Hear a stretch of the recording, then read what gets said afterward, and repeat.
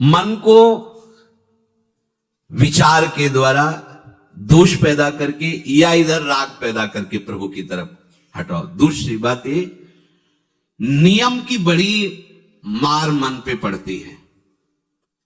मन को मारने के लिए नियम का बहुत पालन करना जरूरी है।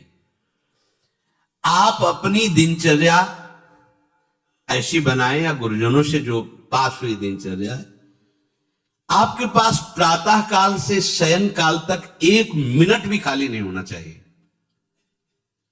ये आप देख लो, जो अभी तक चर्चा हुई वो पूरे संसार में दोष दृष्टि करके भोगों के प्रति या प्रभु पे महत्व बुद्धि करके छोड़ दो, राग छोड़ो। वास्तविक कहे सुख नहीं। आप लोग देख लीजिए, विवेक से देख लीजिए, अभी तक सब वही करते रहे जन्म जन्मांतर। अब हमको मन की ये जो बलवान वृत्ति है, प्रमथन स्वभाव वाली वृत्ति है, इस पर अंकुश करना है। कैसे करना है? प्रातः काल जगने से लेकर शयन तक 1 मिनट भी आपका खाली नहीं होना चाहिए, आपकी दिनचर्या में होना चाहिए। नियमित दिनचर्या बनवा लीजिए या बना लीजिए अपने बड़ों से, अपने पूज्यजनों से।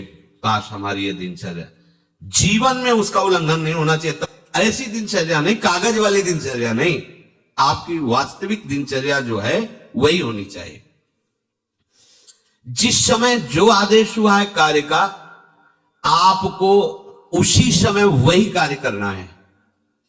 इससे मन तुम्हारा मरेगा, मन के अनुसार। यहां क्या है कि रोज सुनते, आज नहीं सुनेंगे सत्संग, क्या है सुबह तक, रोज वाणी पाठ में जाते नहीं जाएंगे, 6 बजे तक सो रहे हैं, शाम के रात्रि तक, या जैसा, ये ठीक नहीं।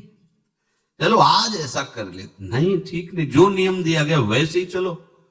अगर नियम से चलोगे तो उससे लाभ क्या मिलेगा? एक तो परमानंद की तरफ बढ़ रहे हो, दूसरी बात आपका मन मरेगा। मन नियम से मरता है। इस मन का स्वभाव बदल जाएगा यदि आप नियमवर्ती बनोगे। नियमानुवर्तिता से मन आपके अधीन होगा। नियम बनाओ आप। नियम अगर आपने नहीं बनाया तो परमार्थ की चढ़ाई पर नहीं चढ़ सकते हो। परमार्थ में आज तक उसी को लाभ मिला है जो नियम से चला है।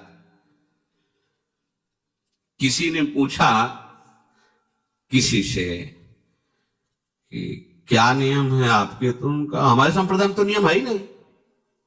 गजब की बात कह दी।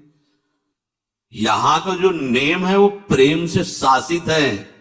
प्राण चले जाएं पर वो नियम छोड़ सकते हैं?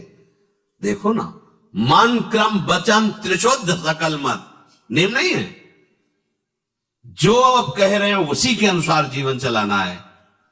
प्रियालाल के सुख का नियम, प्रियालाल के नाम जप का नियम। प्रियालाल हमारे कोई नियम ही नहीं, मतलब खाओ पियो पड़े रहो केवल से। आप समझो, समझ के बोलो, ऐसे किसी को मत बोलो। परमार्थ में आज तक जिसको भी लाभ मिला है नियम से चलने वाले को प्राप्त हुआ है।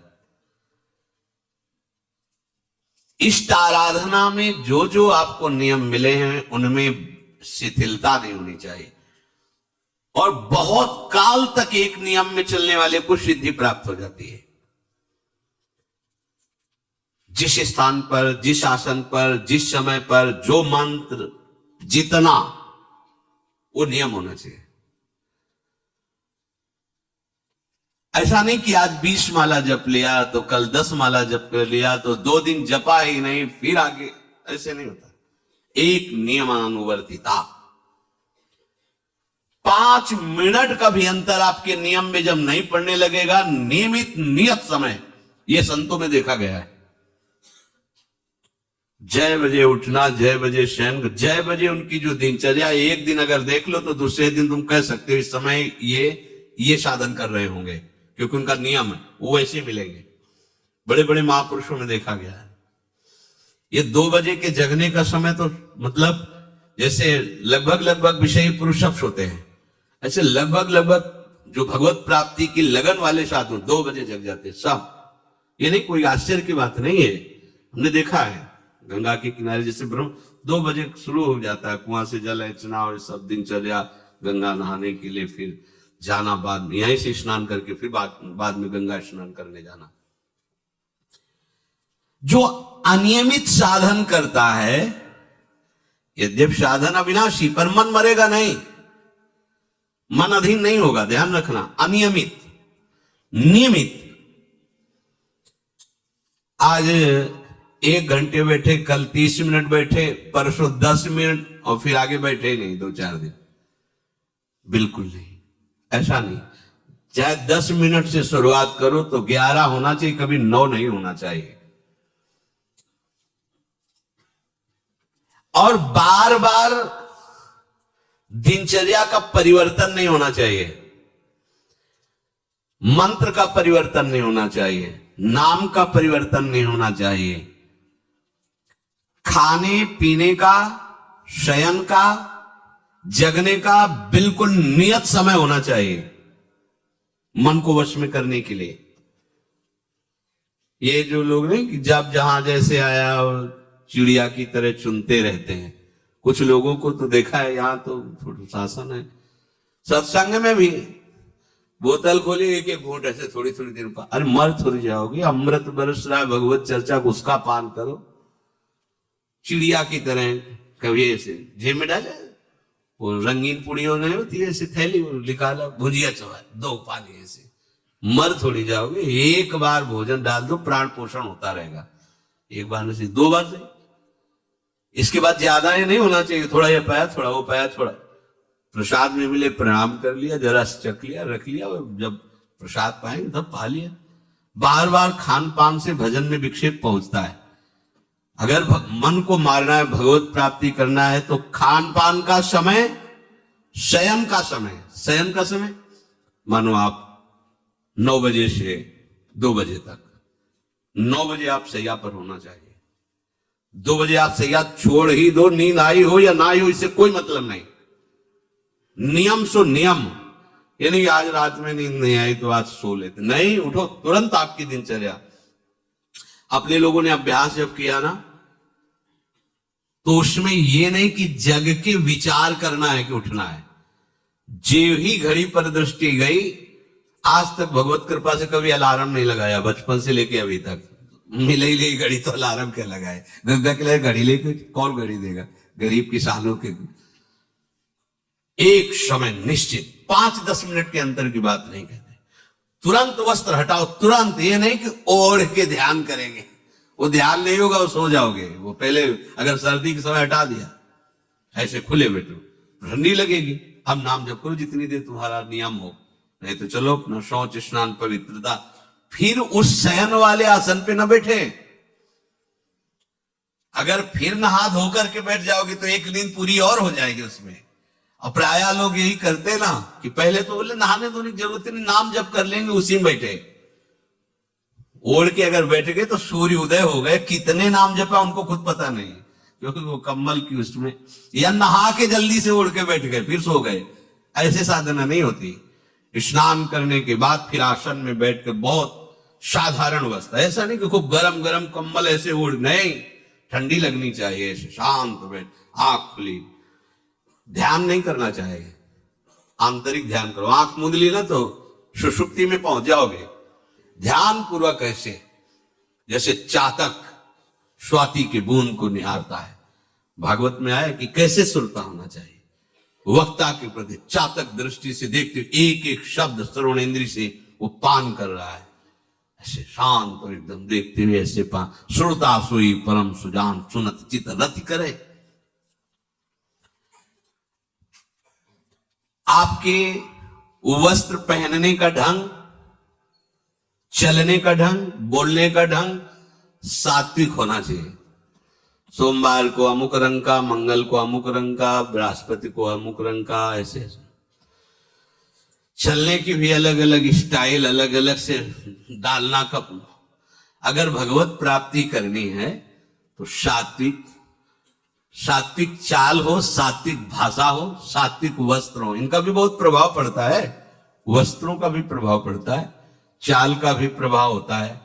अभिमान की चाल देखना, छाती में हड्डी हड्डी पर फैला के चल रहे मानो सूरवीर है, हाँ,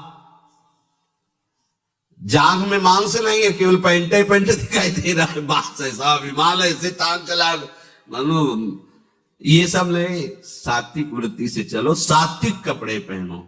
ऐसा नहीं कि अब लाल ही पहनना है तो अमुक कंपनी का आना चाहिए, लाल रंग का या पीले रंग का।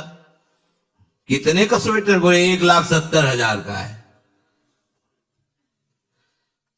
अपना जीवन सात्विक हो, सात्विक वस्त्र भी वस्त्र, और हमारा चलना भी सात्विक हो, हमारा बोलना भी सात्विक होना चाहिए।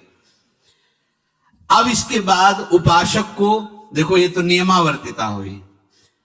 अपने मन के ऊपर हर समय दृष्टि रखनी।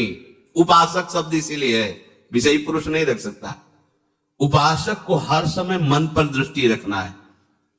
क्या सोच रहा है, ऐसा क्यों सोच लिया इसने, ऐसा क्यों ये प्रेरणा है? क्या हमारा भोजन गलत हुआ, क्या संग गलत हुआ, क्या हुआ? पूरी जांच हो रही। आप सच्ची मानना, प्रारंभिक बात तो अलग है कि मन पूर्वश, नहीं तो ऐसा नहीं है कि काम के विषय में सोचने लगे, ये लोभ के विषय, ऐसा नहीं है। आपका संग गलत हुआ, आपका दर्शन गलत हुआ, आपका गलत श्रवण हुआ, भोजन गलत हुआ, तो ही हो सकता है। नहीं, ऐसे नहीं कि भगवत चिंतन की धारा में बीच में काम आ जाए, बीच में क्रोध आ जाए। प्रारंभ में तो ऐसा होता है, लेकिन आगे बढ़े हुए उपासकों को फिर ये दिनचर्या में अपनी जांच करनी, क्या गलत हो गया, आज क्या खाया जो हमारे मन में ऐसे विचार आ रहे हैं, आज किसका संग किया जो हमारे मन में ऐसे विचार आ रहे हैं। यद्यपि बड़ा कठिन है मन की जांच करना, क्योंकि हम मन ही बने हुए हैं, तो जांच क्या करेंगे? जांच तो वो कर सकता है जो थोड़ा मन से अलग हटा है ना, दृष्टा भाव देख रहा है मन को। हम तो मन ही बने हुए हैं, जो वो चाहता है वो हम चाहते हैं। देखो ना, बहुत बातचीत से समझ में आता है। आज हमारी ये खाने की इच्छा है, आज वहां जाने की इच्छा है, तुम्हारी थोड़ी, मन की है। थोड़ा अलग हट करके देखो, फिर उसमें निर्णय करो, सही है या गलत। जो जो विचारों में आप सपोर्ट दे देंगे वो मन के संस्कार बन जाएंगे। आप सपोर्ट नहीं देंगे तो संस्कार नहीं बनेगा। ये बहुत खास बात है। जब आप भजन में बैठे हो, साधन में, या चलते फिरते उठते बैठते, ये जो शास्त्र विरुद्ध गंदी स्फुरणा दे, आप बिल्कुल इसको सपोर्ट मत करना, नहीं संस्कार बना देगा। फिर वो आपके न चाहने पर भी आपको परेशान करेगा। और यदि आप बिल्कुल उदासीन रहे, जैसे पागल आदमी पीछे बोलता चला जाए, आप कुछ मत बोलो, वो दूसरी दिशा में चला जाएगा, ऐसे मन शांत हो जाएगा आपका। ये आपको फेंकता, आप परेशान मत होना, ये फेंकता रहेगा जो उसने जमा किया है, फिर शांत हो जाएगा, फिर नष्ट हो जाएगा, उसका विषय स्फुरण नष्ट हो जाएगा। अगर कहीं मन भगवत संबंधी सलाह दे तो उसको दुलार करना चाहिए, सराहना कर, वाह आज आपने बहुत सुंदर बात। मन आपको कभी कभी अच्छी सलाह दे, और जहां आपको बुरी सलाह देने लगे तो फिर उसको धिक्कार दो कि प्रभु से बढ़कर तुमको ये लगा, प्रभु के नाम रूप से बढ़कर लगा। अंदर होना चाहिए, बाहर भले मत। ऐसे हो गए ना, वो सुधरने लगेगा। बस ये अच्छे से ध्यान रखो, जब ये गलत प्रेरणा करे तो या तो एकदम उदासीन और या फिर इसको डांट लगा दो, प्रभु की तरफ चलना है, क्या गंदी बात अंदर।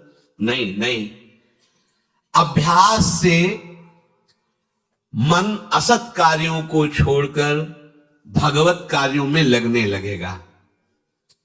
धीरे धीरे जब इसको स्वाद मिलेगा तो पूरा का पूरा ये आपके अधीन होने लगेगा। ऐसा नहीं है कि मन वश में नहीं, मन वश में की वश की बात, मन की ताकत नहीं होती कि विषयों में चला जाए। आप करके तो देखो भजन, नहीं ऐसा होता तो पूरा जीवन बर्बाद हो जाए। फिर जो मन ही वश में नहीं होता फिर क्या, नहीं ऐसा नहीं। पूरे जीवन को पढ़ा है। साधु की सबसे बड़ी पढ़ाई मन की होती है, वो मन को पढ़ता है, पूरे जीवन मन को पढ़ा है, उसने देखा है मन, अब क्या परिवर्तन, अब क्या परिवर्तन, अब क्या स्थिति, अब क्या स्थिति। सच्ची मानिए, एक दिन मन मनमोहन बनकर के अनुभव करा देता है। कहीं और अनुभव नहीं होता, इसी में अनुभव होता है। निहाल कर देता है, धन्य धन्य कर देता है। बस इसकी असत वासनाओं, असत चेष्टाओं, असत स्फुरणाओं का आप साथ ना दें तो ये आपसे अलग हो नहीं सकता, ये भगवदानंद में डुबो देगा। इसे अधिक से अधिक भगवत चर्चा सुनाओ, इसे अधिक से अधिक प्रभु की छवि के दर्शन कराओ। देखो, भरो, मन में भरो, खूब भगवत चर्चा करो। प्रभु की श्री विग्रह, आप जिस कमरे में शयन करते हो उस कमरे में कहीं भी कोई सांसारिकता नहीं होनी चाहिए। परिवार की फोटो या किसी अन्य आकर्षणकारी वैभवशाली की फोटो, ऐसा नहीं, या कोई अपने आराध्य देव गुरुदेव संत भगवान, एक से एक भगवत प्रेमी महात्मा, उनकी संतों की छवि, प्रियालाल की छवि, जिधर दृष्टि जाए भगवत स्मृति में लगा दे। उठते बैठते अपना तो कमरा अंदर से ऐसा ही होना चाहिए, पूरे कमरे में नाम लिख लो, राधा राधा राधा वल्लभ सिंह, राधा राधा राधा राधा, या लिखी हुई टांग, बहुत आपको लाभ मिलेगा। जिधर अब राधा राधा राधा, अखंड स्मृति। और जो आपका वास्तविक साधन कक्ष हो, शयन कक्ष हो, अगर ऐसा हो जाए तो बहुत बढ़िया है। अन्य का प्रवेश ना हो, कोई भी हो, सदगुरुदेव की सिवा, आराध्य देव की सिवा, उसका आप देखना, इसका बहुत बड़ा प्रभाव होता है। कई बार इस बात का अनुभव हुआ कि जैसे बाहर मन विक्षिप्त हो गया किसी बात से, किसी उपासक से, और जे भी एकदम जैसे एकदम बदल गए व्यक्ति, और भजन बड़ी तीव्रता से होने, क्योंकि वहां परमाणु भजन के वो भागवती कक्ष होता है। इसके लिए भाई जी ने भी सावधान किया, अगर ऐसा हो जाए तो मान लो अब असुविधा है तो कोई बात नहीं, अगर ऐसा हो जाए कि भगवत मार्ग की पथिक का जो वास स्थल है, जहां वो शयन करता है, बैठता है, उसमें सांसारिक पुरुषों का प्रवेश ना हो। इसलिए हो सकता शब्द लगाएगा, एक ही परिवार में रहते हो, आप ऐसा झगड़ा करोगे कि हमारे कमरे में ना जाए कोई रिश्ते नातेदार या अन्य परिवार के सदस्य, कठिन हो जाएगा। अगर हो सकता हो तो भगवत प्रेमी महात्मा की सिवा, भगवत भजन करने वाले की सिवा प्रवेश न हो, तो आप देखो कि उस कमरे में ऐसी परमाणु आ जाएगी कि आपका मन वहां प्रवेश करते ही भजन में लगने लगेगा, बड़ी शांति का अनुभव होगा। इसे खूब भगवत चर्चा सुनाओ, भगवत चर्चा करो, और भगवत श्री विग्रह के दर्शन कराओ, बड़ा लाभ मिलता है। जैसे आप जहां शयन कर रहे हो, सामने अगर अपने आराध्य देव की छवि हो ना, बार बार बार बार दर्शन का शौक, और कभी कभी तन्मयता एकाग्रता करते, अगर शयन कर जाओ तो स्वप्न में वही छवि के दर्शन करते हुए पाया जाता है। एकाग्रता का बड़ा महत्व है। अगर आप नाम में एकाग्र करके सो जाओ तो आप देखो जगते समय आपके वही नाम चलता मिलेगा। मन के कहने में कभी अपने आप को मत फंसाओ। मन लोभी, मन लालची, मन चंचल, मन चोर, मन के मत चलिए नहीं, ये पल पल में कुछ और, ये भटकाता रहता है। जब तक ये प्रभु की तरफ आपको प्रेरित ना करे, तब तक इसको अपना दुश्मन मानकर इसका विरोध ही करते रहिएगा। मन का जैसे अपने दुश्मन के प्रत्येक कार्य पर निगरानी करने वाला दुश्मन के प्रहार से बच जाता है, क्योंकि हर क्षण वो सावधान रहता है, वैसे ही जो उपासक मन पर नजर रखकर इसे दुश्मन के भाव से देखता है, वो सावधान रहता है और मन के प्रहार से बच जाता है। जहां कहीं ये उल्टा आपको ले जाने के लिए करे, बस इसकी सुनना नहीं, बिल्कुल इसके विरोध में हो जाना। ये बड़ा बलवान है पर तुमसे बड़ा नहीं, ध्यान रखना, ये तुम ही से बलवान है, तुम ही से खा पी के तुम्हें को पटकेगा अगर इसके अनुकूल रहे। और अगर आप अपने, तो ये इसकी ताकत नहीं आपको गिरा दे, क्योंकि बिना सपोर्ट के आपके कुछ नहीं कर सकता। पक्का आप सपोर्ट मत कीजिए, ये आपका कुछ नहीं बिगाड़ेगा। तो इसका स्वभाव है कि एक क्षण में अपने अनुकूल कर लेना। जहां दिखाया हम आपको ऐसा सुख प्रदान करेंगे, जल रहे हो ना, अभी आनंदित हो जाओगे तो आप दस्तखत कर दोगे, जी बस वो ले गया। आपके दस्तखत के बिना कुछ नहीं कर सकता। कई बार इससे उपासक को हारना होगा, क्योंकि बताया नहीं वो दस्तखत करवा लेगा, पर तुम साहस मत छोड़ना इसके परास्त करने का। सैकड़ों बार ये हराता है, सच्चा उपासक वही है कि गिर करके, हार करके भी उसको हराने का उत्साह न छोड़े।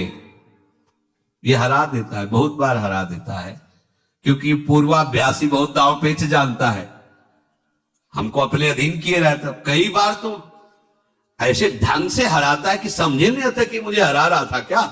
जब हार गए तब लगता है हाँ हार तो गए, इसका मतलब हमको हरा रहा था। हिम्मत मत हारना, जीत तुम्हारी होगी, क्योंकि तुम प्रभु के सीधे अंश हो और ये तुम्हारी ताकत से बलवान हो रहा है। दृढ़ता से लड़ो तो दिन दिन तुम्हारा बल बढ़ेगा और मन का बल घटेगा, और यदि इसका सपोर्ट करते रहोगे तो इसका बल बढ़ेगा, तुम्हारा घटेगा। तुम इस पर जिस दिन विजयी हो गए तो ये मन न रहकर श्री कृष्ण हो जाएगा। पर ध्यान रखना, ये बहुत चतुर है, ये कभी डरवाएगा तुमको फिर अपने अधीन करेगा, ऐसे ही होता है। कभी फुसलाएगा, कभी लालच देगा, कभी बड़े सुख का प्रलोभन देगा, परंतु तुम इसके धोखे में मत आना, भूल कर इसका विश्वास न करना। अपनी हिम्मत टूटने न पावे, लड़ने में कमी न होने पावे, इससे लड़ाई लड़नी। या हम मन से तो लड़ते नहीं, बाहर झगड़ा करते घूम रहे, इससे लड़ो, ये बेईमान जो हमको परास्त कर रहा है। अंत में आप देखोगे आपकी आज्ञा पर खड़ा हो जाएगा हाथ जोड़, आप जैसा ये विश्वासी सेवक बन जाएगा। मन को कभी निकम्मा मत रहने दो।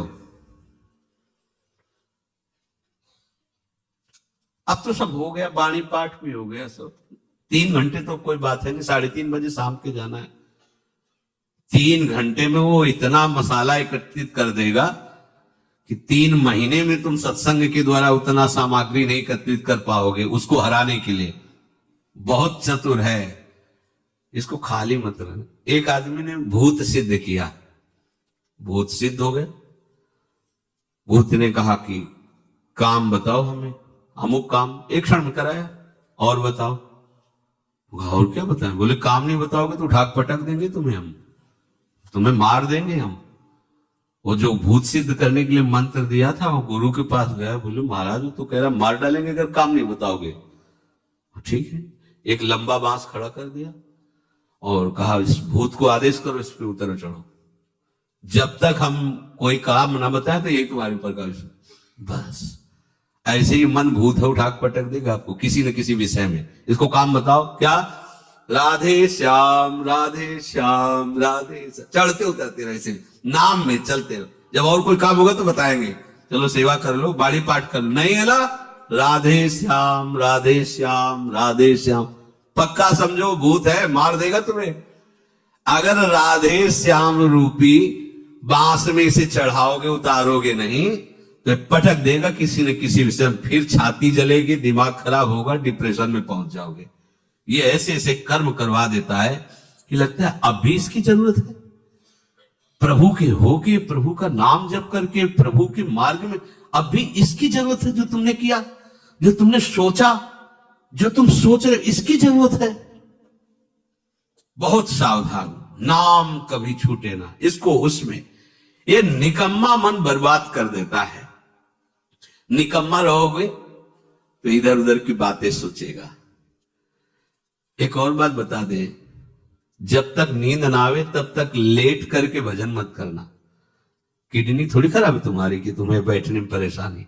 अपने लोगों ने ऐसा किया है कि अब जैसे रात्रि में है माला लेके बैठ गए, अब नींद नहीं आ रही है तब तक माला चल रहा है, भजन चल रहा है। जब नींद आने लगी धीरे से लेट गए, माला छाती में रखा है, अगल बगल कोई अपने माला में ही है। अब लेट करके कि नींद का इंतजार, तो नींद तो आए कि ना आए, लेकिन ये क्या क्या प्रोग्राम आ जाएगा वो आप देख लो। नए साधक सावधान नहीं रहते तो दुर्दशा अपनी कर लेते हैं क्रियाओं के द्वारा, अन्य चेष्टाओं के द्वारा। शयन के समय बहुत सावधान रहने की जरूरत है।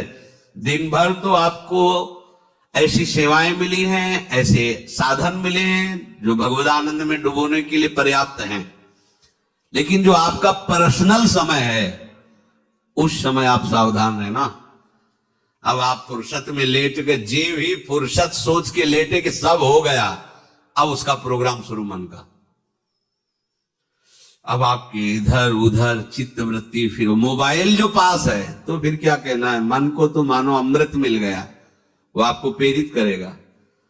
जहां आपने कोई गेम ये वो नौटंकी नाटक की, जहां बस उसको मसाला मिल गया, वो आप काफी है, वो आपको ऐसी जगह पहुंचा देगा कि सुबह दिनचर्या में हाजिर नहीं हो पाओगे। कहां है वो? बोले अभी तो आया ही नहीं हो। क्यों? मन ने उसको परास्त कर दिया, इसलिए नहीं आया। बहुत सावधान। ये निकम्मा रहेगा तो बुरी बुरी बातें सोचेगा। खास बात है दिन भर सावधान रह सकते हो माना, लेकिन शयन के समय जब आप अपनी सैया पे गए, आप होश ठिकाने रखो, बिल्कुल सावधान। यहां थोड़ी तुम्हें सावधान रहने की जरूरत है, अभी तो सावधान आई हो, नहीं तो अभी खड़े हो, तुम्हारे पितर तक तृप्त हो जाएंगे अभी है। लेकिन कमरे में सिटकिनी बंद, आप शयन के लिए गए, आप होश में, यही होश खो जाते हैं, ध्यान रखना। मन आपसे ऐसी चेष्टाएं कराएगा, क्रियाएं कराएगा, ऐसा दर्शन कराएगा, ऐसा सोचवाएगा, पूरे दिन की साधना को मटिया प्लेट कर देगा, पोछा लगा देगा। हमारी प्रार्थना मान लेना, जब तक नींद ना आवे तब तक सोने के लिए आप लेटना नहीं। यदि जवान साधक हो, माला हाथ में, ऐसे दोनों हाथ कब्जे में है, जवान से नाम या मंत्र अंदर। अब थक गए, सो गए तो ऐसे सो जाओ, आपकी शैया परम पवित्र है। अगर घंटा 2 घंटा इंतजार नींद का तो पक्का वो भ्रष्ट करा के रखेगा, पक्का। हमारी बात लिख लो। सावधान, शयन के समय हर उपासक सावधान। उस समय विशेष आवश्यकता आपको भजन की है, क्योंकि वो एकांत है और आपके ऊपर उस समय मन को हावी होने का अवसर मिल गया। इसलिए सावधान, सत्संग को सुना जाए, मनन किया जाए और आचरण में उतारा जाए।